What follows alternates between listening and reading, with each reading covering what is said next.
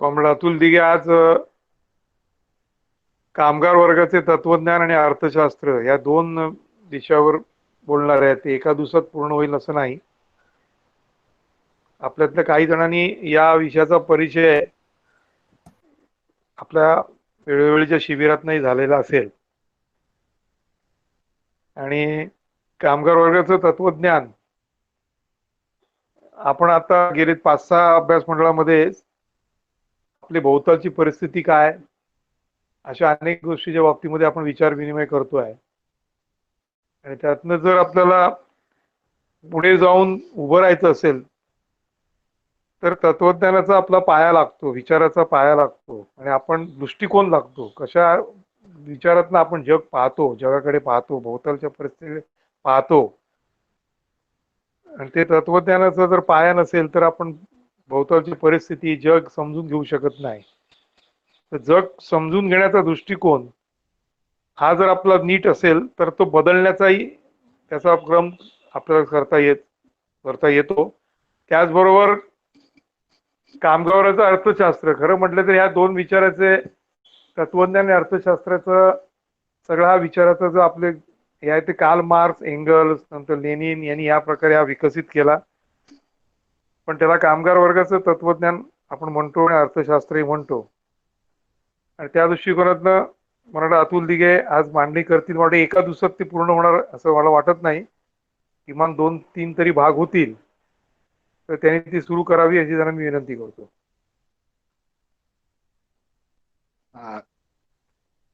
आपण कामगार वर्गाचं तत्वज्ञान असा विषय घेतलाय. थोडस तत्वज्ञान व असा शब्द आला की आपल्याला भीती वाटते, कारण तत्वज्ञान म्हणजे न समजणार गूढ काहीतरी व्यवहारात न आणण्यासारखं असं त्याच्याकडे बघण्याचा एक दृष्टिकोन असतो. आपण कसं म्हणतो, फार तत्वज्ञान झाडत होता म्हणजे काय सांगत होता ते काय उपयोगी नव्हतं, किंवा तत्वज्ञान सांगू नकोस मला, असा आपण जेव्हा शब्द वापरतो तेव्हा तत्वज्ञान म्हणजे व्यवहारात न आणण्यासारखं, तत्वज्ञान म्हणजे न समजणार, अशी एक त्याच्याबद्दलची भावना आपल्या मनामध्ये असते. आणि अशा स्थितीत तत्वज्ञानाबद्दल आपण चर्चा करणार म्हटलं आता हे काय कटकट आहे असं कदाचित काही लोकांच्या मनात आलं असेल. पण तसा विचार करणं बरोबर नाही, कारण हे तत्वज्ञान कामगार वर्गाचं तत्वज्ञान असल्यामुळं ते आपण कामगार असल्यामुळं आपल्याला समजायला सोपं आहे, इतरांना समजायला अवघड आहे. तुम्ही जर प्रोफेशनल जे असतात म्हणजे इन्कम टॅक्सचे कन्सल्टंट किंवा ह्यांना जर युनियन बद्दल सांगायचा प्रयत्न केला तर त्यांना समजत नाही. त्यांना समजत नाही कारण ते व्यक्ती असतात, ते असे एकत्र नसतात. त्यांच्या संघटना असतात, त्यात सुद्धा एकमेकाची हेव्या दाव्या करतात, ते संघटनेत असतात, ते काय खऱ्या अर्थानं संघटनेत नसतात. पण आपण ज्या पद्धतीनं काम करतो ती पद्धतच मुळात सामुदायिक असल्यामुळं आपल्याला संघटना तयार करणं आणि संघटना चालवणं हे अधिक सोपं असतं. म्हणजे परिस्थिती आपली जी असते त्या परिस्थितीमध्ये आपल्याला कसं दिसतं त्याप्रमाणे आपण वागत जातो. तर तत्वज्ञान कामगार वर्गाचं असल्यामुळं आपल्याला समजू शकणार, ते इतरांना समजेल की नाही समजेल त्याचा आपण विचार करायचं कारण नाही. अशा स्थितीमध्ये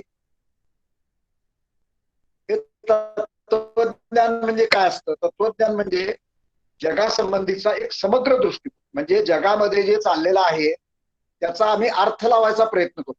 आणि हे अर्थ लावत असताना तो अर्थ लावण्यामागचं जे सूत्र असतं, कोणत्याही घटना आमच्या भोवती ज्या घडत असतात त्या घटनांचं सूत्र जे असतं त्या सूत्राला तत्वज्ञान म्हणतात.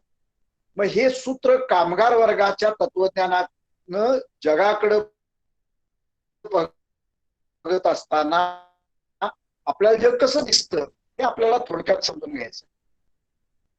जेव्हा आपण कामगार वर्गाचं तत्वज्ञान असं म्हणतो तेव्हा याचा अर्थ असा आहे की इतरही प्रत्येकाचं काहीतरी तत्वज्ञान तयार झालेलं आहे.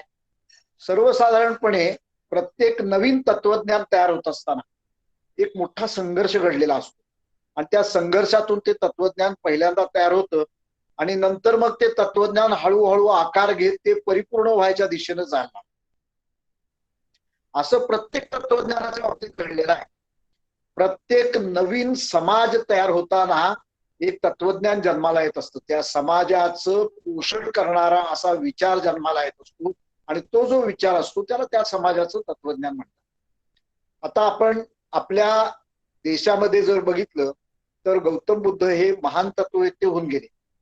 गौतम बुद्धांनी तत्वज्ञान जे सांगितलं त्या काळात समाज कसा होता? त्या काळामध्ये कामगार भांडवलदार हे नव्हते, त्या काळामध्ये दास होते आणि दासांचे मालक होते.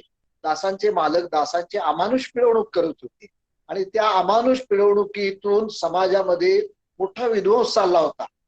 गौतम बुद्धांकडे काय फक्त दासच आले नव्हते, राजे आले होते, त्याच्यानंतर दासांचे मालक आलेले होते, दासही आले होते. त्या सर्वांना घेऊन गौतम बुद्धांनी त्यांच्या त्या भिक्खू संघाची स्थापना केली आणि भिक्खू संघ चालवला.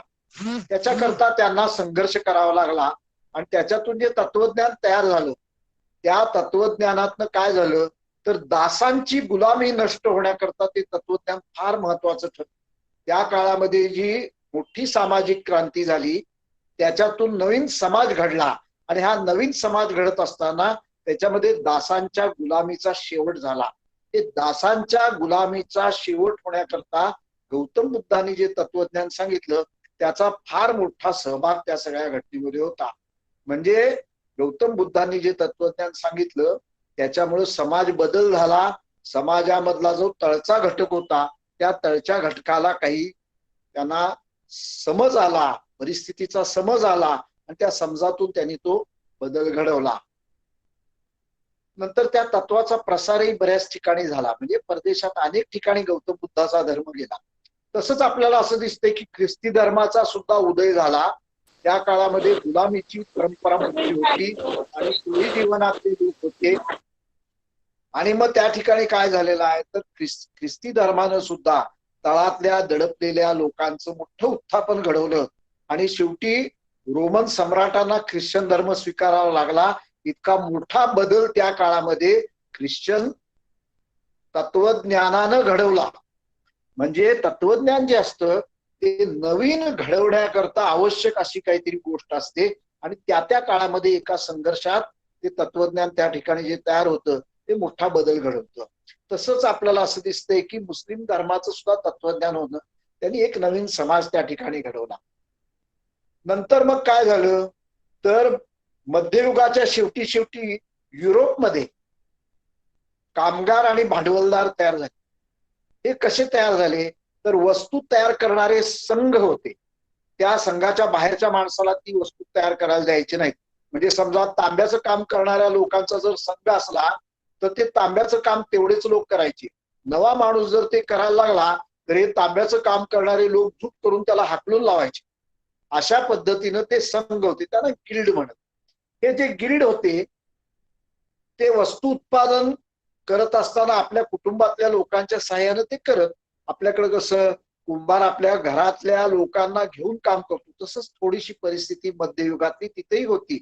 आणि अशा स्थितीमध्ये मागणी वाढत होती, आणि मागणी वाढत असताना त्यांनी हाताखाली माणसं घ्यायला सुरुवात केली. त्यातून आधुनिक कामगार वर्गाचा जन्म सुरुवात झाली त्याची.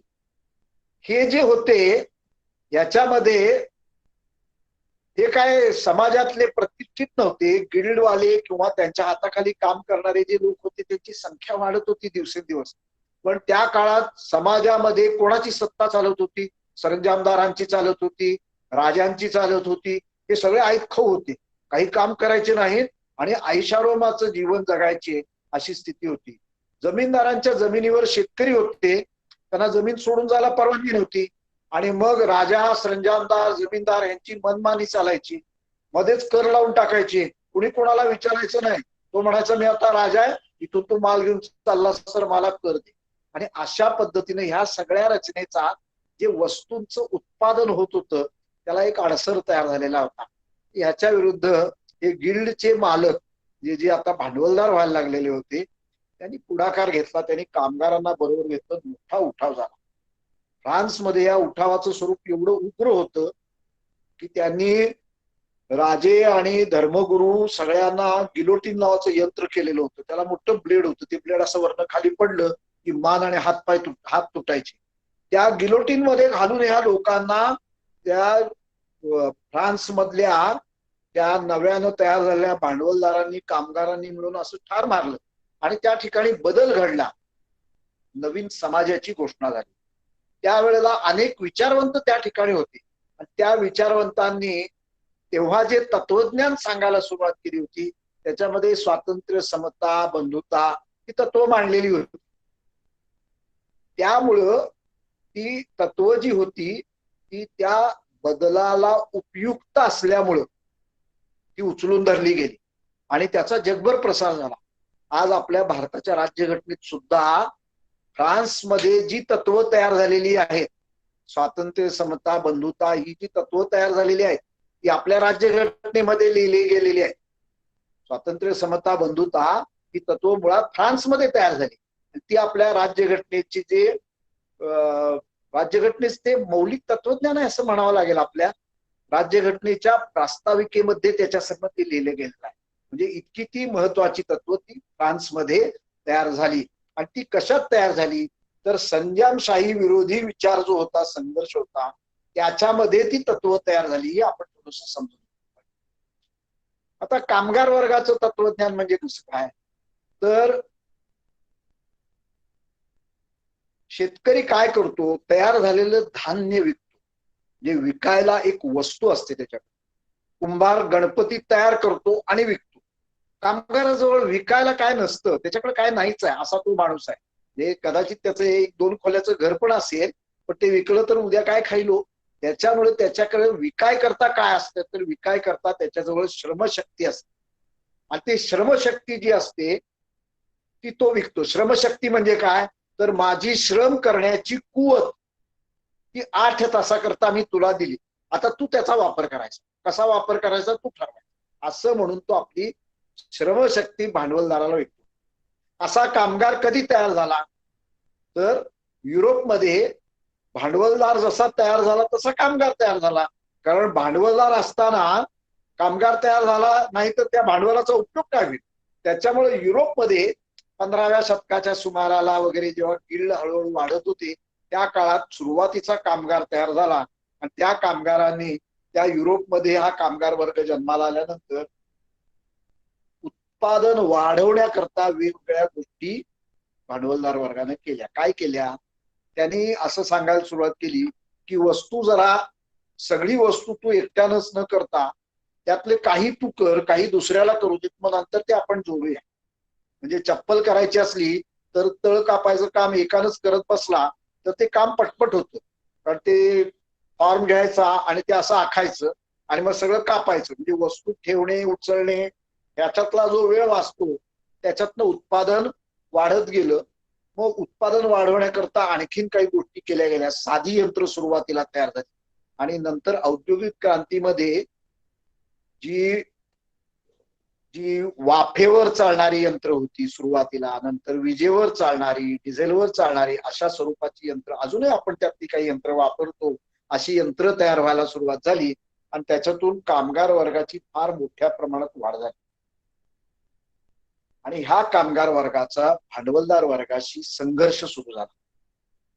ते कामगार जे लढले ते युरोपात जन्मले असल्यामुळे कामगार वर्गाचं तत्वज्ञान युरोपमध्ये तयार झालं. जसं आमच्या राज्यघटनेमध्ये लिहिलेलं स्वातंत्र्य, समता, बंधुता हे तत्व मुळात कुठं तयार झालं युरोपमधल्या फ्रान्स या देशामध्ये तयार झालं. तसं कामगारांनी युरोपमध्ये सुरुवात झाली कामगार वर्गाची आणि संघर्ष त्याच ठिकाणी सुरू झाला कामगार वर्गाचा.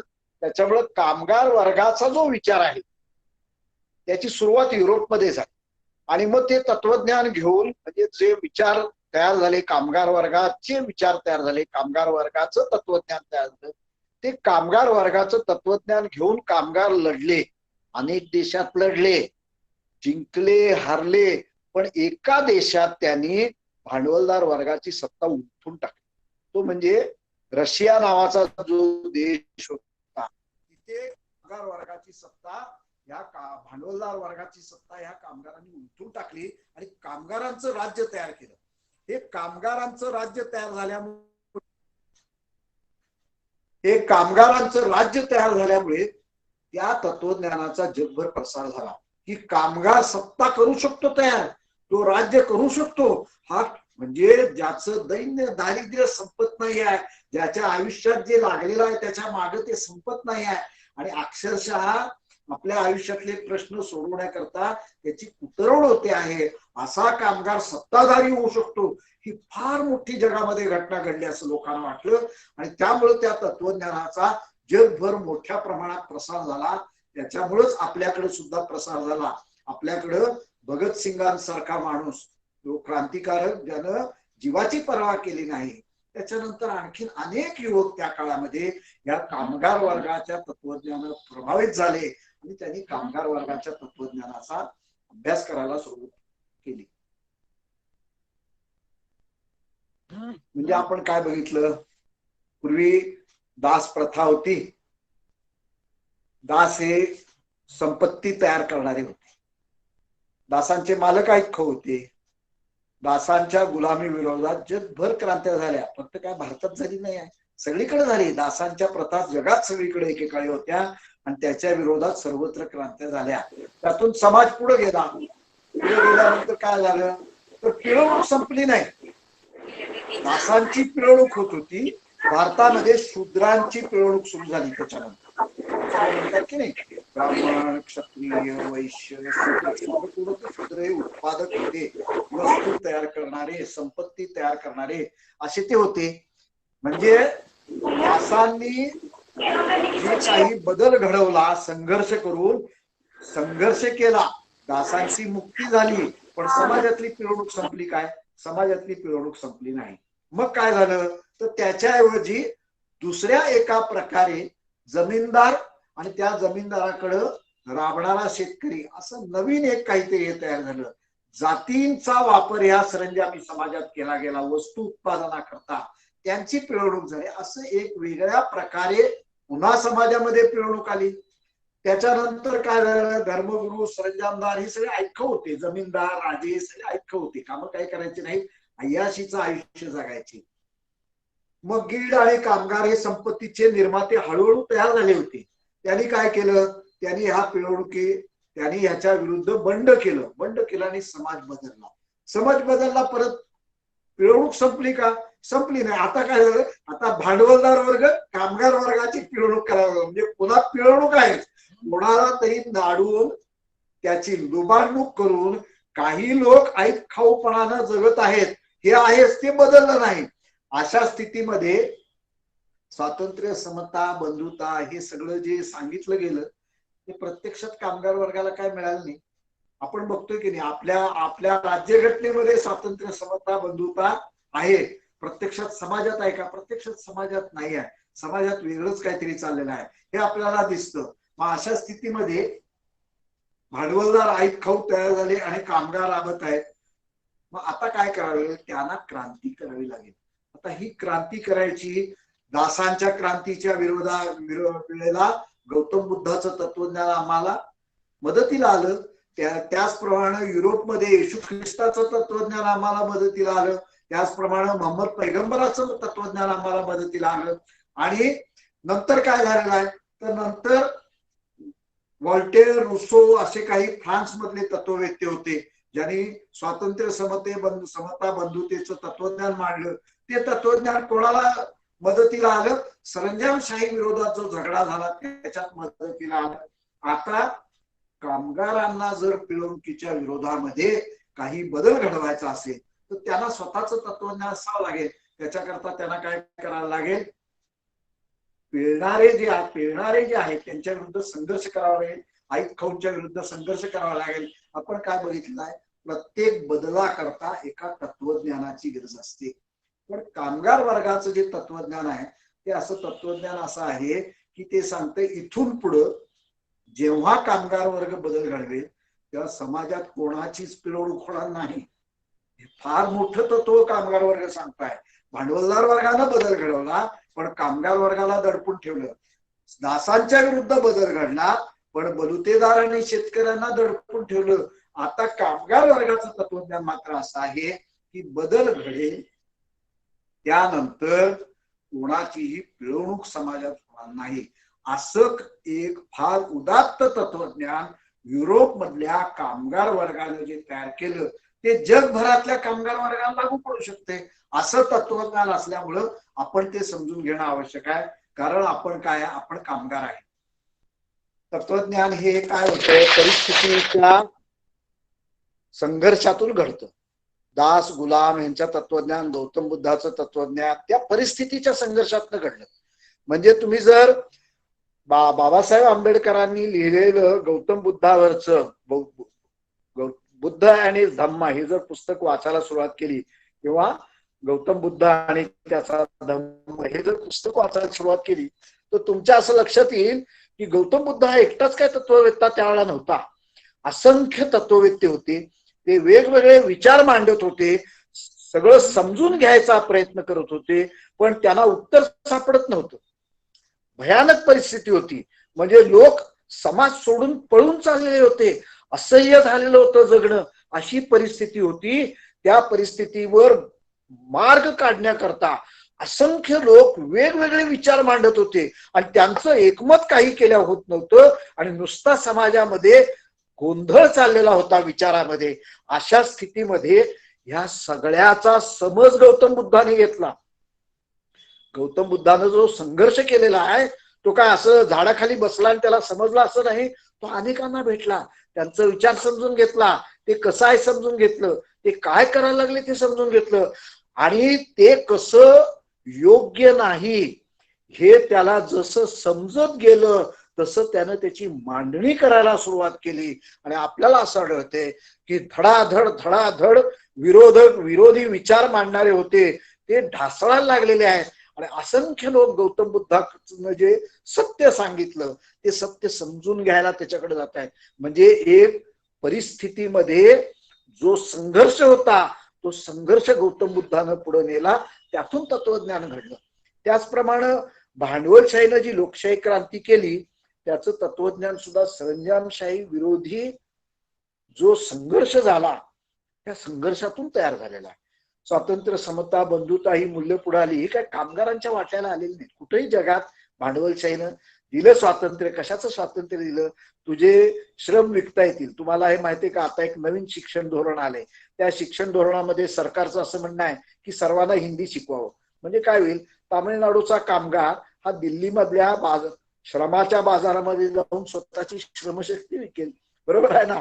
म्हणजे स्वतःची श्रमशक्ती विकण्याचं जास्तीत जास्त स्वातंत्र्य कामगारांना ह्या स्वातंत्र्य, समता, बंधुतेनं सगळीकडे दिलं. आणि समता कशाची दिली? समता दिलीच नाही. बरोबर आहे ना? बंधुता आमच्यात बंधुता आहे, माझ्यात आणि अंबानीच्यात कसली बंधुता आहे? काही बंधुता आमच्यामध्ये नाही. तो मला भेटतही नाही आणि माझं काय व्हायला लागलेलं आहे याची मोदी कधी विचार करत नाही. लॉकडाऊन केल्यानंतर हजारो लोक पायी चालत निघालेले होते, हाल अपेष्टा झाल्या, महिलांचे हाल झाले, लहान लहान मुलांचे हाल झाले. कसली बंधुता समाजामध्ये आमच्या आहे? काडीचीही बंधुता आमच्या समाजामध्ये या भांडवलदार वर्गाला आमच्याबद्दल वाटत नाही, ही वस्तुस्थिती आहे. पण ते तत्वज्ञान कशातनं तयार झालं? जिथे सरंजामदार हे श्रेष्ठ आहेत असं मानलं जात होतं, धर्मगुरु श्रेष्ठ आहेत, राजा देवाचा अवतार आहे असं जिथं मानलं जात होतं, त्याच्या विरोधात हा संघर्ष झाल्यामुळं त्याला स्वातंत्र्य, समता, बंधुता असं म्हणण्याशिवाय मार्ग नव्हता, अशी ती परिस्थिती होती. त्या परिस्थितीमध्ये ते तत्वज्ञान तयार झालेलं आहे. आणि मग युरोपमध्ये जेव्हा कामगार तयार झाले तेव्हा त्या कामगारांचं आयुष्य काय होतं हे त्या काळचे जर कादंबऱ्या आपण वाचल्या तर आपल्याला कळतं.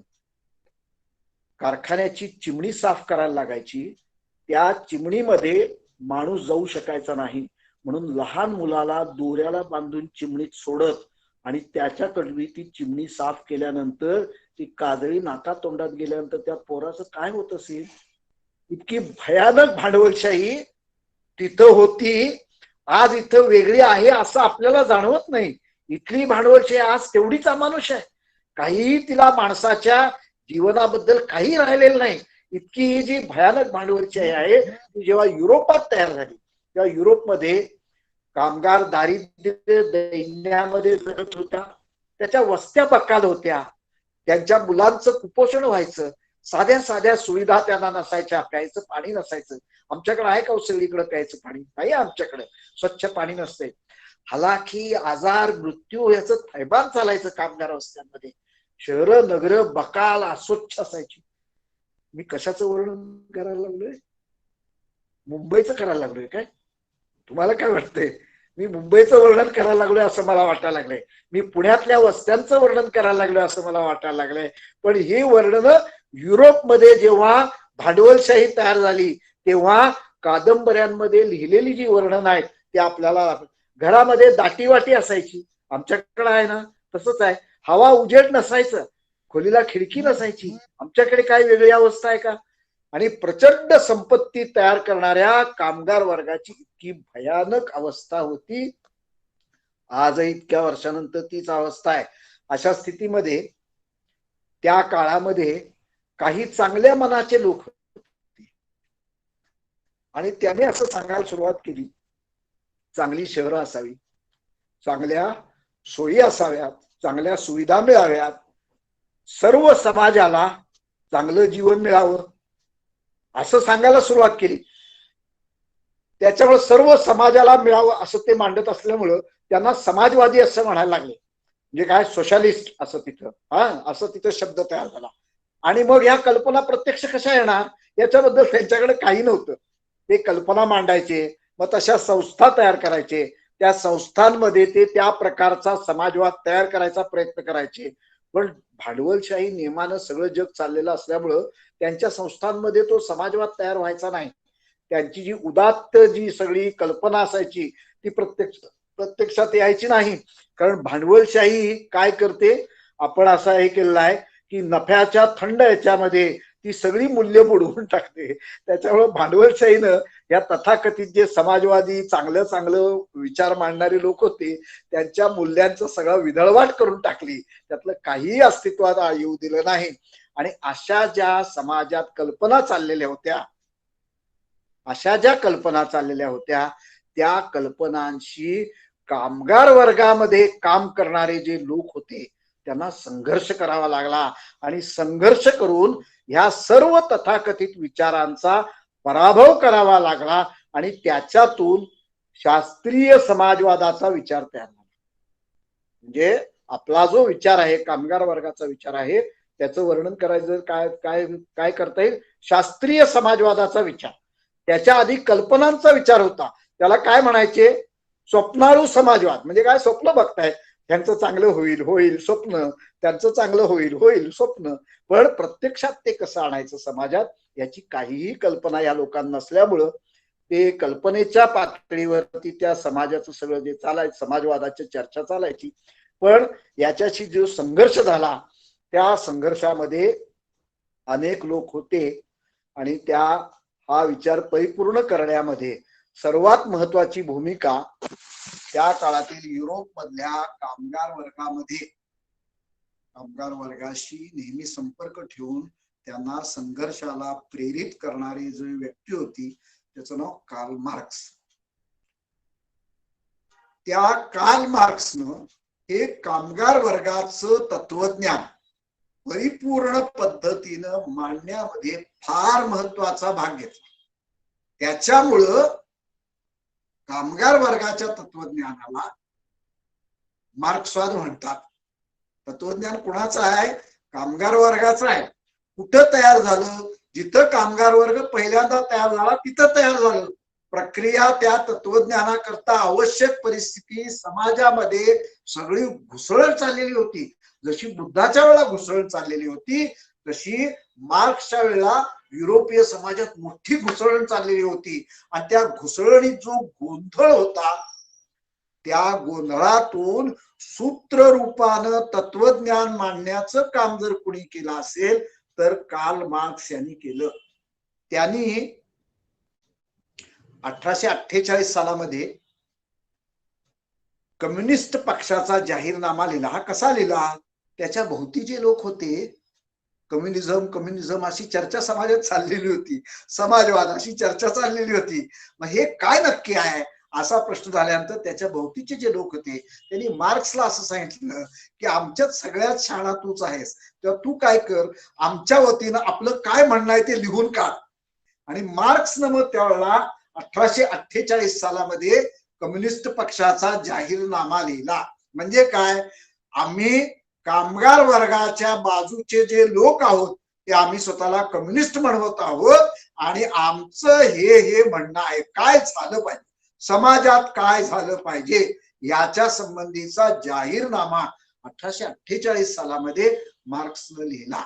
आणि तो आज अखेर सर्व कम्युनिस्ट कार्यकर्त्यांना एक मार्गदर्शक असं डॉक्युमेंट आहे. कारण ते वाचायला लागलं की आपल्या अवतीभोवती घडणाऱ्या अनेक घटना आहेत त्या जणू काय मार्क्स सांगतोय असं आपल्याला वाटायला लागतं. इथला जो खोटारडेपणा आहे, इथल्या सरंजामी विचाराच्या लोकांचा खोटारडेपणा आहे, इथल्या भांडवलदार वर्गाचा जो खोटारडेपणा आहे, त्या खोटारडेपणावर इतकी प्रखर टीका मार्क्सनं त्या जाहीरनाम्यात केलेली आहे की ते वाचायला लागल्यानंतर आपल्या भोवतीच्याच परिस्थितीबद्दल जणू काहीतरी मार्क्स सांगायला लागलाय असं आपल्याला वाटायला लागतं. असा तो कम्युनिस्ट पक्षाचा जाहीरनामा जो आहे तो 1848 साली मार्क्सनं लिहिला. त्याच्यानंतर अनेक प्रश्नांबद्दलच्या चर्चा त्यानं सातत्यानं मांडल्या, त्या आपण बघणार आहोत. पण 1871 सालामध्ये फार महत्वाची घटना घडली जेव्हा मार्क्स हयात होता. ती घटना म्हणजे पॅरिसच्या कामगारांनी बंड केलं आणि त्यांनी पॅरिस मधली सत्ता ताब्यात घेतली आणि त्यांनी निर्णय करायला सुरुवात केली. त्या निर्णयांबद्दल आपण थोडस नंतर बोलणार आहोत. पण आपण एवढं लक्षात घेऊया की मार्क्सच्या हयातीतच ही घटना घडली. मार्क्स असं सांगत होता की या भांडवलदार वर्गाची सत्ता कामगार वर्ग संपवणार आहे असं मार्क्स सांगत होता. कदाचित लोकांचा विश्वास नसेल. आता आपण चर्चा करायला लागलोय आणि आपण जर सांगायला लागलो भारतातला कामगार वर्ग सत्ता घेणार आहे तर लोक काय म्हणतील, काय खुळे आहेत, काय तरी यांची चर्चा चाललेली आहे असं कदाचित त्या काळात मार्क्सला म्हणणार असतील. मार्क्सच्याच हयातीमध्ये पॅरिस मधल्या कामगारांनी उठाव केला आणि सत्ता ताब्यात घेतली. ह्या संपूर्ण काळामध्ये म्हणजे 1848च्या आधीपासून जो संघर्ष सुरू झाला होता तो 1871 आणि त्यानंतर सुद्धा मार्क्सने चालवला. या संपूर्ण संघर्षामध्ये त्याचे एक महत्वाचे सहकारी होते ते म्हणजे फ्रेडरिक एंगल्स आणि असंख्य इतरही सहकारी होते. त्यांच्या साह्यानं हे तत्वज्ञान मार्क्सने रचलं आणि फार फार त्याच्याकरता सोसावं लागलं मार्क्सला. अनेकदा त्याला देशातनं हाकलून काढलं गेलं. मुळात तो जर्मनीतला होता.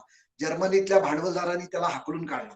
तिथनं तो फ्रान्समध्ये गेला, तिथनं त्याला हाकलून काढला. तिथनं तो नेदरलँड्स मध्ये गेला, तिथनं हाकलून काढला. पुन्हा फ्रान्समध्ये आणला, तिथनं हाकलून काढला. तो इंग्लंडमध्ये गेला. इंग्लंडमध्ये गेल्यानंतर तिथे तो राहिला. त्यांनी अनेक महत्वाचे ग्रंथ लिहिले ज्या ग्रंथामुळे आपल्याला हे सगळं समजू शकतंय. अतिशय दारिद्र्यात तो जगला. कारण हा अभ्यास करताना त्याला दुसरं काही करता आलं नाही. स्वतःच्या आयुष्यात अभ्यास करायचा, थोडे वर्तमानपत्रात लेख लिहिले तर त्याच्याबद्दल काहीतरी त्याला थोडं मानधन मिळायचं.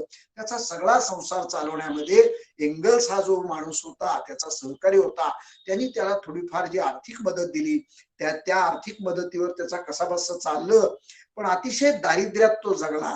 दारिद्र्याचे आजार त्याच्या कुटुंबामध्ये होते. त्याची मुलं दारिद्र्यामुळे मरण पावली. अतिशय वाईट आयुष्य जगून त्यानं हे अत्यंत महत्वाचं कार्य जगामध्ये केलं हे आपण समजून घेतलं. मार्क्सवाद हा भौतिकवाद आहे असं जरा आपण आता समजून घ्यायचा प्रयत्न करूया. भौतिकवाद म्हणजे काय? मग आपण असं समजून घेतो की दोन प्रकारची तत्वज्ञान आहेत. दोन प्रकारची तत्वज्ञान काय? एक आहे अध्यात्मवाद. आमच्याकडे असते की नाही, भरपूर अध्यात्म चाललेलं असते. देवळात सगळं अध्यात्म चाललेलं असते.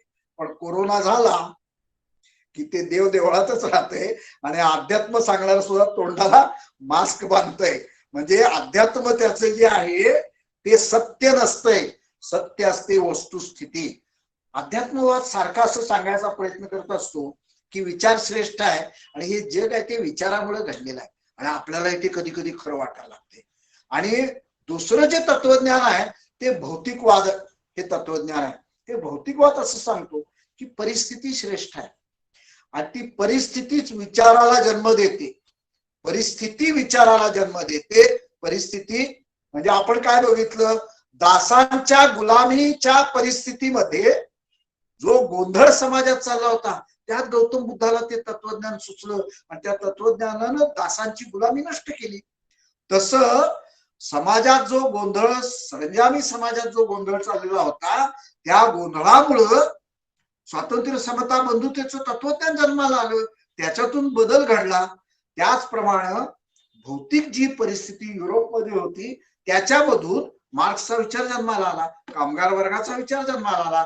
म्हणजे भौतिक परिस्थिती ही महत्वाची असते. ती भौतिक परिस्थिती काय करते, भौतिक परिस्थिती तत्वज्ञानाला जन्म देते असं भौतिकवाद मानतो. विचाराला जन्म देते असं भौतिकवाद मानतो. प्रश्नांच्या सोडवणुकीला जन्म देते असं भौतिकवाद मानतो. मार्क्सनं गौतम बुद्धाने कामगारांबद्दल का लिहिलेलं नाही असं जर कोण विचारायला तर खोळा आहे. सारे गौतम बुद्धाच्या वेळा नव्हताच कामगार वर्ग, तो लिहिल कसा? तो अतिशय भौतिकवादी होता. गौतम बुद्ध हा स्वतः भौतिकवादी होता आणि त्यानं भौतिकवादाचं तत्वज्ञान मांडलं. त्याच्यामुळं अध्यात्मवाद हा विचाराला प्राधान्य देत असल्यामुळं काय होतं, बऱ्याचदा ते काय बोलतोय ते इतरांना काय समजतच नाही. म्हणजे तत्वज्ञानाबद्दल आपल्या मनामध्ये भीती जी आहे की फार तत्वज्ञान झाडतोय म्हणजे काहीतरी चुकीचं सांगायला लागलाय, काय सांगायला लागलाय ते मला कळत नाही असं आपण जे म्हणतो, याचं कारण जे अध्यात्मवादी तत्वज्ञान असतं, जे विचारच फक्त महत्वाचा आहे आणि जगातली परिस्थिती महत्वाची नाही असं जे मानतं तत्वज्ञान, ते तत्वज्ञान बहुतेक वेळा आपल्याला असं दिसेल की पिळणाऱ्या लोकांचं तत्वज्ञान असतं. कारण ते तत्वज्ञान सर्वसामान्य माणसाला समजू शकत नाही. गूढ असतं ते तत्वज्ञान. आमच्या समाजामध्ये गूढ तत्वज्ञानाची मोठी परंपरा आहे.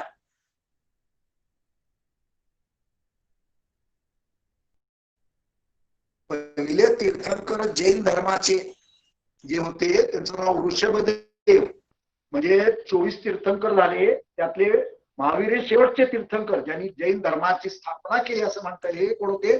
महावीर होते, 24वे तीर्थंकर. पण हे असं बराच काळ संघर्ष चाललेला होता आणि त्यात पहिले तीर्थंकर कोण होते तर ऋषभदेव म्हणून तीर्थंकर होते. आणि त्या ऋषभदेवांनी काय केलं तर ऋषभदेवांनी पहिल्यांदा गूढवादाशी संघर्ष केला. ऋषभदेव हे क्षत्रिय होते, जरा आपण समजून घेऊया, आणि ब्राह्मण पण होते. ब्राह्मण विरुद्ध क्षत्रिय असा संघर्ष चाललेला आहे आणि ब्राह्मणांचं वैचारिक वर्चस्व आहे, त्याच्या विरुद्ध ऋषभदेव यांनी गूढवादाच्या विरोधात पहिल्यांदा, गूढवाद कळते की नाही, सगळं गूढ आहे म्हणजे काय, काही कळत नाही असं जे तत्वज्ञान होतं त्याच्या विरोधात ऋषभदेवांनी पहिला संघर्ष केला. त्यांनी गूढवादाचा, अध्यात्मवादाचा विरोध केला. गौतम बुद्धांनी भौतिकवादी तत्वज्ञान मांडलं. शंकराचार्यांचं काय होतं, अध्यात्मवाद होतं शंकराचार्यांचं.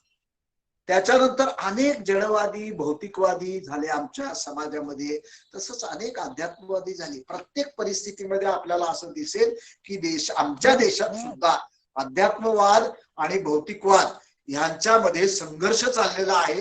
त्याचं खरं तर आपल्याला सविस्तर कधीतरी बघायला पाहिजे, पण असं हे थोड्या वेळामध्ये हे काय बघता येणार नाही आपल्याला. पण अशी मोठी परंपरा भारतामध्ये आहे. त्याच्यामध्ये तुकाराम आहेत, त्याच्यानंतर चार्वाक आहे, असं एका बाजूला आहे, दुसऱ्या बाजूला शंकराचार्य आहे, म्हणून अनेक गोष्टी आहेत. तर असं थोडंसं काहीतरी आपल्याला दिसून येतं. मार्क्स हे दडपलेल्या समाजाच्या बाजूचे होते, स्पष्टपणानं होते, पण ते मुळात भौतिकवादी विचाराचे नव्हते. त्यावेळेला हेगेल नावाच्या एका तत्ववेत्याचा मोठं तत्वज्ञानाच्या क्षेत्रामध्ये वर्चस्व होतं. आणि हा हेगेल जो होता, हा हेगेल अध्यात्मवादी होता आणि त्या काळच्या तरुणांच्या मनावरती या हेगेलच्या विचाराचं मोठं काय होतं, गारुड होतं म्हणायला पाहिजे. म्हणजे प्रत्येक जण स्वतःला मी हेगेलचा कसा, हेगेलच्या विचाराचा आहे आणि हेगेलचा अभ्यास मी करतो, अशा पद्धतीनं युरोप मधले जे नवीन समाज तयार व्हायला लागला होता त्यातले जे तरुण होते त्याला ह्या हेगेल बद्दल फार आकर्षण होतं. तसं मार्क्सलाही होतं, पण त्याच्या अवतीभोवती सगळे तसेच तरुण होते. आणि मग हेगेलला, मार्क्सला असं लक्षात यायला लागलं की समाजातल्या प्रश्नांची उत्तरं जर हेगेलच्या तत्वज्ञानानं आपण शोधायचा प्रयत्न करायला लागलो तर फार गोंधळाची परिस्थिती तयार होते. म्हणजे काल आम्ही जे म्हणत होतो ते चांगलं आहे म्हटलं तर आज ते वाईट आहे असं म्हणायची आम्हाला अवस्था येते.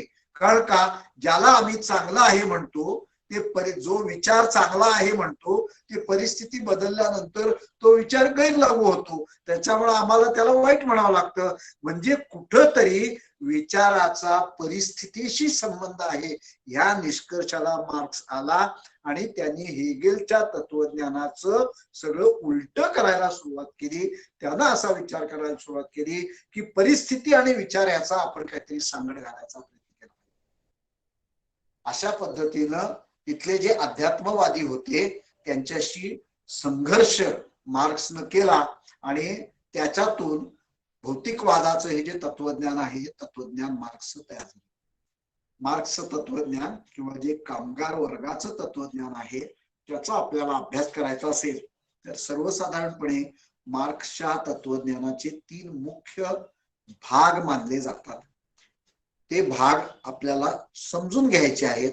अवघड काही नाही आहे. आपल्या भोवतीचं जग आहे ते आपल्याला आपण जर बघायचा प्रयत्न केला तर हे तत्वज्ञान मार्क्स काय सांगतोय हे आपल्याला सहज समजू शकते अशी परिस्थिती आहे. हे 3 भाग कोणते आहेत तर पहिलं एक भाग त्याच्यातला हे 3 भाग जरी असले तरी ते मुली कशा 3 याची वेणी घालतात की नाही ते इकडनं तिकडं कधी गेलं तिकडनं तिकडं कधी गेलं कळत नाही आपल्याला. तसं ते तिन्ही एकमेकात गुंतलेलं आहे पण समजून घ्यायच्या दृष्टीनं आपण त्याचे 3 भाग करावे. मार्क्सच्या तत्वज्ञानाचे काय 3 भाग नाही आहे. ते समजून घेण्याकरता त्याचे 3 महत्वाचे घटक आहेत असं आपण म्हणतो. पण ह्या तिन्ही भागांचं एकमेकाशी संबंध आहे. हे सगळं एकमेकात मिसळतं. एक समजल्याशिवाय दुसरं समजत नाही. म्हणजे वेणीची जशी पेढी घालतात मुली तशा पद्धतीने हे सगळं एकमेकात गुंतलेलं आहे. थोडस आपण समजून घेतलं पाहिजे. हे काय स्वतंत्र सुटे सुटे भाग नाही आहे.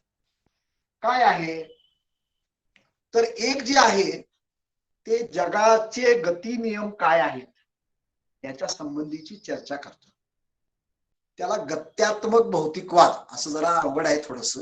गत्यात्मक भौतिकवाद म्हणजे काय भौतिकवाद पण गतीवर आधारलेला भौतिकवाद. भौतिकवाद जडवाद सुद्धा भौतिकवाद असतो. म्हणजे वस्तू आहे त्यांचं काय होते मला माहित नाही त्याला आगा काय पिछा काय मला माहिती नाही म्हणजे म्हणायचं जडवाद. म्हणजे आहे असं जग समजून घेणं म्हणजे जडवाद. म्हणजे हे चष्म्याची केस आहे हे चष्म्याची केस आहे म्हणजे जडवाद हे मला समजतं. ह्याचं काय होणार आहे हे मला समजत नाही म्हणजे जडवाद. भौतिकवाद हा जडवादी भौतिकवाद असू शकतो पण मार्क्स असं सांगतो की जडवादी पद्धतीनं जग समजत नाही. प्रत्येक वस्तूची गती आहे त्या गतीनं ती वस्तू समजून घ्यायला लागते असं मार्क्स सांगतो. आता आपण हे थोडं समजून घेणार आहे. आता आपण त्याचे भाग समजून घ्यायला लागलोय. दुसरा भाग जो आहे तो दुसरा भाग भांडवलशाही कशी पिळवणूक करते याच्याबद्दल आहे. पण मार्क्स पिळवणुकीबद्दल सांगून थांबत नाही. ती पिळवणूक करण्याकरता काय षडयंत्र भांडवलशाही करते म्हणजे दडपणूक कशी करते गुलाम कसं बनवते ह्याच्याबद्दलही मार्क्स सांगतो. त्याच्यामुळं तो भांडवलशाहीचं अर्थशास्त्र असं नुसतं म्हणत नाही ते राजकीय अर्थविज्ञान असं म्हणजे अर्थशास्त्र आहे पण त्याच्यात राजकारणाकरता राजकारण केलं जातंय त्या अर्थशास्त्राकरता असं ते राजकीय अर्थविज्ञान असं एक त्याच्या विचाराचा महत्वाचा भाग आहे. आणि तिसरं काय आहे तिसरं आहे की समाज कसा त्यांनी काय केलं तत्वज्ञान जे अभ्यास केला आणि अर्थशास्त्राचा जे अभ्यास केला ते सगळं आत्ताच्या समाजाला लावून बघितलं आणि आत्ताचा समाज त्याने जेव्हा समजून घ्यायला सुरुवात केला तेव्हा त्याला असं दिसलं की हे सगळं भोवतीचं जे गोंधळाचं किचकट काय चाललंय कळत नाही. इतक्या गोष्टी घडतायत आमच्या भोवती कशाचा कशाला थांग पत्ता नाही असं जे सगळं चित्र होतं समाजाबद्दल त्याच्यामध्ये हे गत्यात्मक भौतिकवादाचं तत्व म्हणजे वस्तूची गती असते ती गती आपल्याला समजली पाहिजे असं जे तत्व मार्क्सनं मांडलं ते जेव्हा त्यानं समाजाला लावलं त्या समाजाची गती त्याला समजली आणि त्यानं असं सांगायला सुरुवात केली की जगाचा इतिहास हा वर्ग लढ्याचा इतिहास आहे. नाहीतर आम्ही काय लक्षात ठेवणार, अमका राजा, त्याच्यानंतर तमका राजा, मग तमका राजा, मग हे सगळे मेले.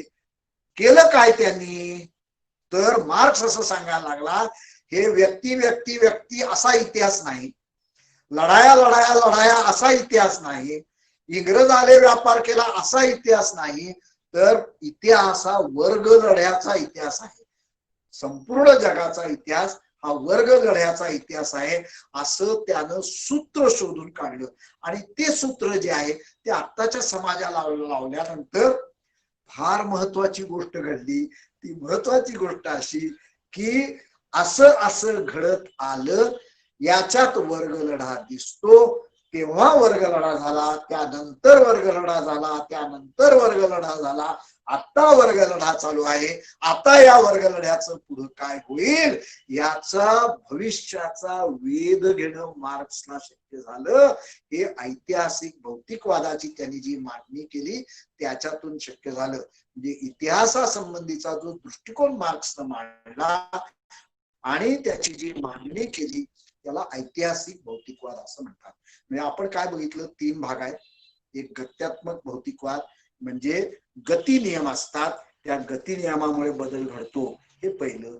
दुसरं अर्थशास्त्र आणि त्याला चिकटलेलं राजकारण, सत्ताकारण, याच्या संबंधी राजकीय अर्थविज्ञान.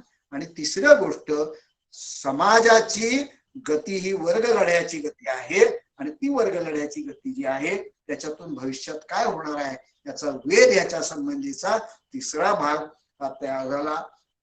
हे सर्व जे करत असताना मार्क्स कायम त्या कामगारांच्या चळवळी बरोबर होता. एका बाजूला दारिद्र्यानं त्याला पिडलेलं होतं, पण विचार इतका प्रभावी होता त्याचा की सातत्यानं तो विचार पक्का करण्याकरता तो सातत्यानं प्रयत्न करत होता. आणि असं म्हणत नव्हता काल मी म्हटलं तेच पक्क.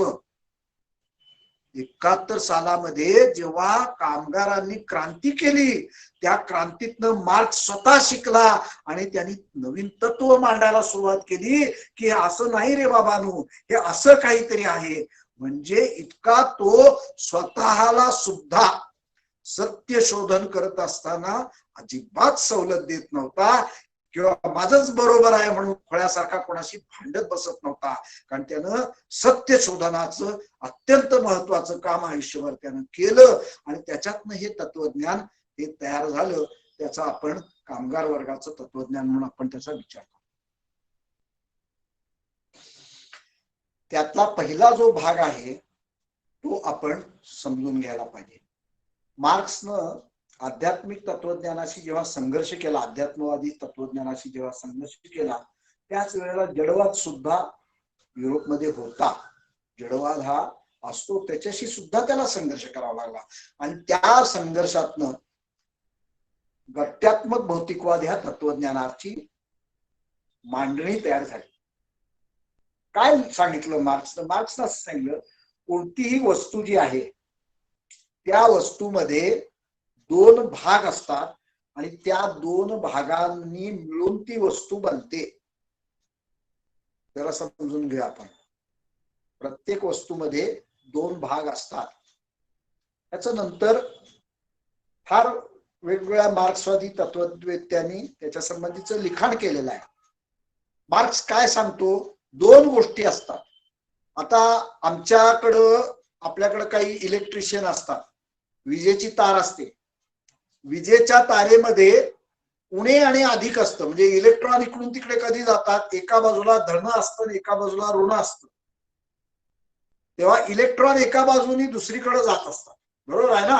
हे जर धन ऋण नसेल तर इलेक्ट्रॉन जाणारच नाही, तो आपल्या जागेला निवांत बसून राहील. म्हणजे धन आणि ऋण हे प्रत्येक गोष्टीत असतं. जिथं ते असतं त्या ठिकाणी बदल होतो. फुलामध्ये पुकेसर आणि स्त्री केसर असतात.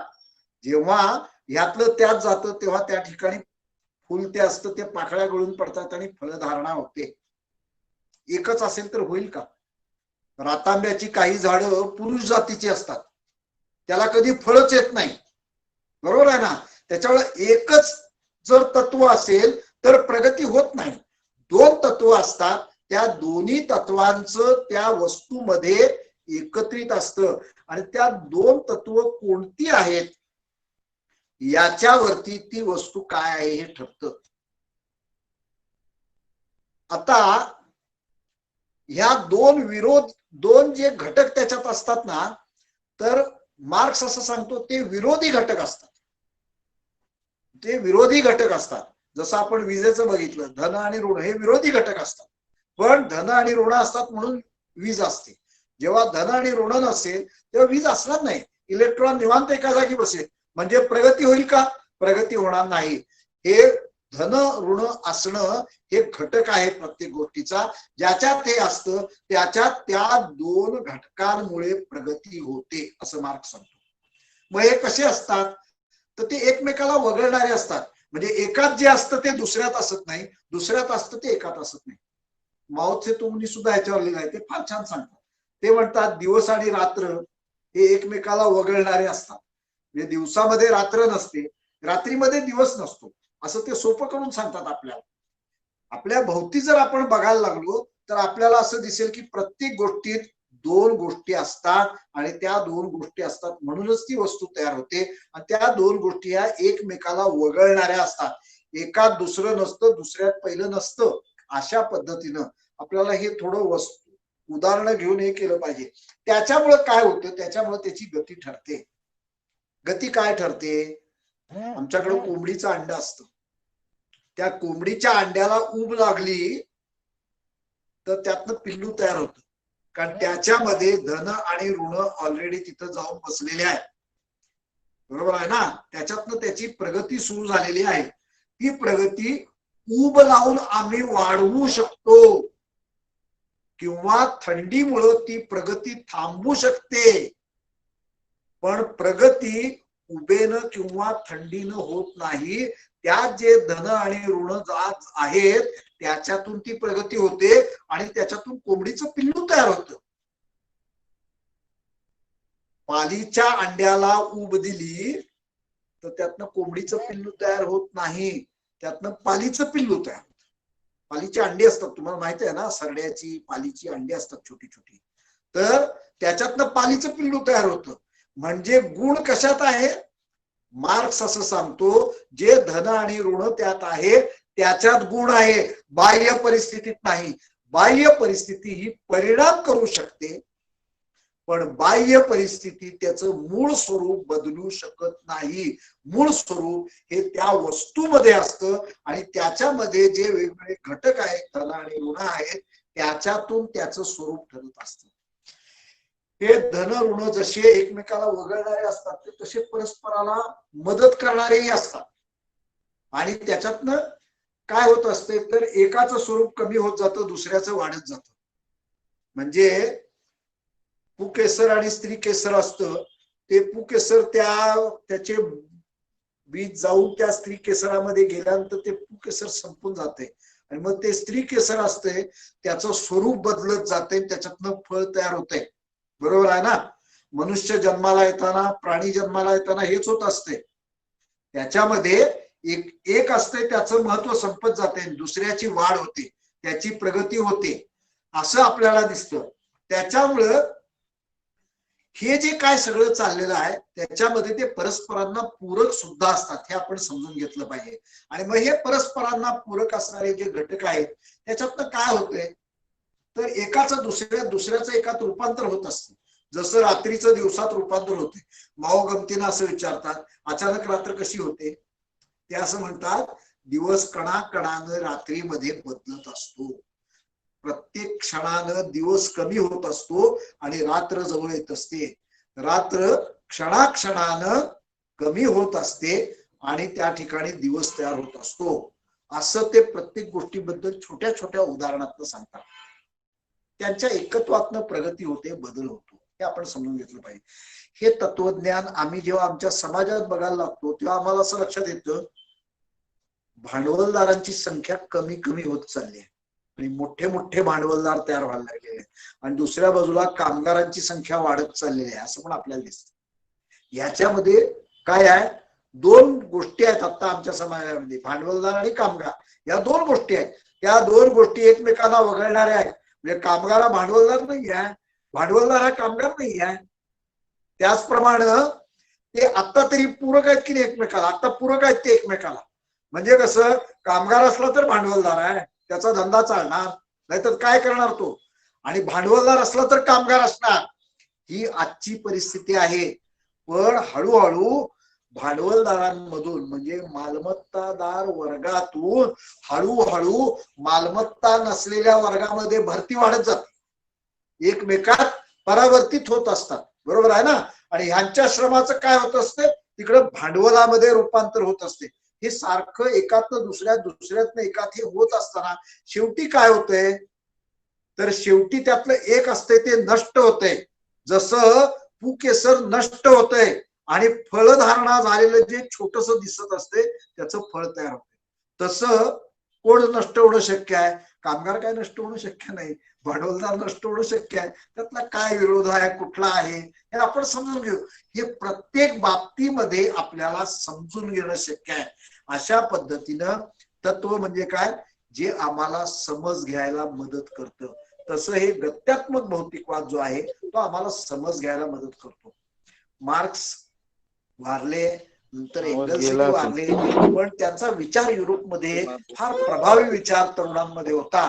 आणि त्या तरुणांपैकी एक लेनिन या नावानं काम करणारे, त्यांचं नाव व्लादिमीर इलिच इल्यानोव असं होतं, पण ते लेनिन या नावानं काम लिहायचे. कारण का, तर खरं नाव सांगितलं असलं तर हाच व्लादिमीर सगळ्या दंगा करायला लागलाय म्हणून पोलीस पकडून देऊन तुरुंगात टाकून देतील.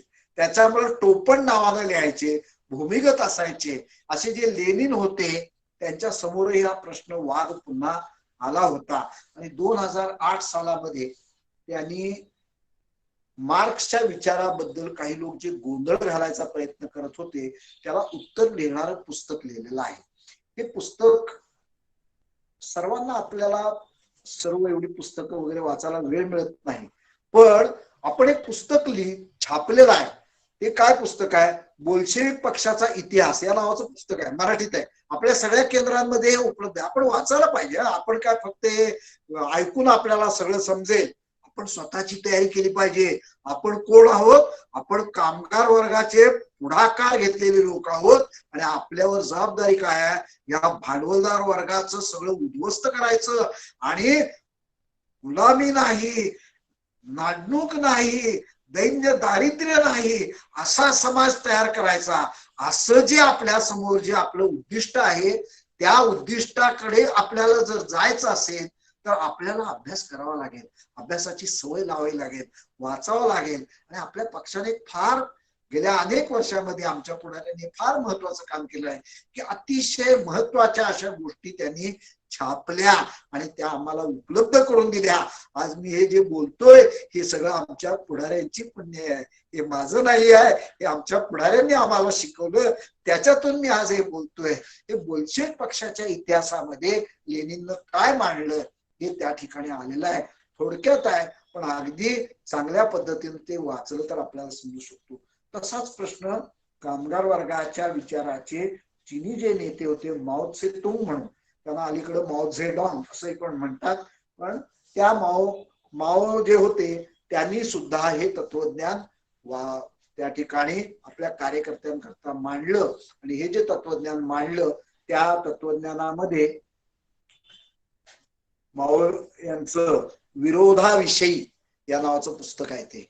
ते पुस्तक जेव्हा आपल्या पुढाऱ्यांना उपलब्ध झालं तेव्हा एका छोट्या मासिकाच्या माध्यमातून तुकड्या तुकड्यांनी ते पुस्तक पूर्णपणे त्यांनी त्यावेळेला छापून, भाषांतर त्याचं करून घेऊन ते छापून आपल्या कार्यकर्त्यांना उपलब्ध करून दिलेलं आहे. ते सुद्धा आपण वाचलं पाहिजे असं मला वाटतंय. मी घड्याळाकडे आत्ताच बघितलं आणि 6:15 झालेले आहेत. आपण 1 तास बोलूया असं ठरवलेलं होतं आणि 5:15 सुरुवात केली, आता 6:15 वाजले आहेत. हे चालू ठेवायचं आहे का थांबायचं आहे मला काय माहिती नाही. हे कुणीतरी मला सांगितलं पाहिजे की हे चालू ठेवूया का थांबूया. आतापर्यंत जी चर्चा झाली त्याच्या संबंधी तुम्ही काही बोलणार आहात का, किंवा तुम्ही काही सांगू इच्छिता का, किंवा काही तुम्ही विचारू इच्छिता का, असंही थोडंसं करावं असं मला वाटतंय. आणि त्या दृष्टीने मी इथं थांबतोय. तुम्हाला जर काही प्रश्न विचारायचे असले तर ते विचारा, त्याची आपण चर्चा करूया. कन्क्लूड करत असताना मी एवढंच म्हणेन की आपल्या अवतीभोवती जे विचाराचं सगळं जे प्रभाव आहे तो या जगाचं निर्मिती कोणीतरी एका अशा शक्तीने केलेली आहे, देवानी केली आहे, अल्लानी केली आहे, ख्रिश्चनच्या कोणी गॉडनी केलेली आहे. आणि या जगाच्या निर्मितीमध्ये आपला काही सहभाग नाही, आपण त्याच्यात काही नियंत्रण ठेवू शकत नाही आणि त्याचे गती नियम पण आपल्याला काही माहिती नाही. अशा प्रकारचा एक आपल्यामध्ये अध्यात्मवादी विचाराचा सगळा अवतीभोवती पगडा आहे. आणि अशा वेळेला ही परिस्थिती आपल्याला जे दुःख येत आहे, आपल्याला जे प्रश्न येत आहेत ते प्रश्न सोडवणुकीच्या दृष्टीने आपण बदलाच्या दृष्टीने आपल्याला मर्यादा येतात या सगळ्या विचारांनी. त्या मर्यादा तोडणारा विचार हा मार्क्सवादाच्या किंवा कामगाराच्या तत्वज्ञानातून तयार होतो. हे भौतिक जग आहे, त्याला ऐतिहासिक पार्श्वभूमी आहे. भारतामध्ये सुद्धा चारवाक असतील, लोकायत असतील, बौद्धाचं दार्शनिक दर्शन असेल, ह्या सर्वांनी भौतिक जगाचं अस्तित्व मान्य केलंय. पण अध्यात्मवादाचा जो मुख्य प्रवाह आहे त्यांनी हे भौतिक जग काय मान्य केलेलं नाही, ही माया आहे. किंवा भौतिक जग आहे पण ह्याच्या गतिनियमाचं नियंत्रण आपलं काही नाही आहे, हे काय आपल्याला समजू शकत नाही. अशा प्रकारचा जो विचार त्याला छेद देणारं हा कामगार वर्गाचं तत्वज्ञान म्हणून मार्क्स, एंगल्स, नंतर लेनिननी काही प्रमाणात आणि याचा प्रवृद्ध केला. आणि बदलाच्या दृष्टीने समजून घेण्याच्या दृष्टीने आणि बदलाच्या दृष्टीने त्याचा विचार केला. मला असं वाटतं पुढच्या रविवारी अतुल दिघे याची पुढची मांडणी करतील. आणि मग आणखीन काय विजय कुलकर्णी जी सूचना केली आहे त्याच्यामध्ये आपण सेक्रेटरीएट मंडळाची मीटिंग घेऊन त्याच्यामध्ये आणखीन काय ठरवू शकतो. आणि मला वाटतं इथे थांबूया, काही हरकत नाही ना? हो, ठीक आहे, ठीक आहे. अतुल दिघेंना धन्यवाद आणि भेटूच आपण लवकर.